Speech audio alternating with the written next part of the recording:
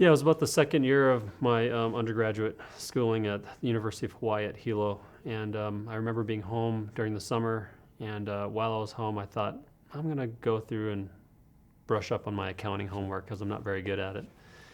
And while I was sitting there looking at my notebook, my brother came by and I said, hey, show me how to do this assignment. Tell me what I'm doing wrong.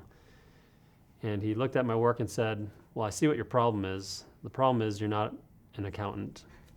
He says, you're probably an artist.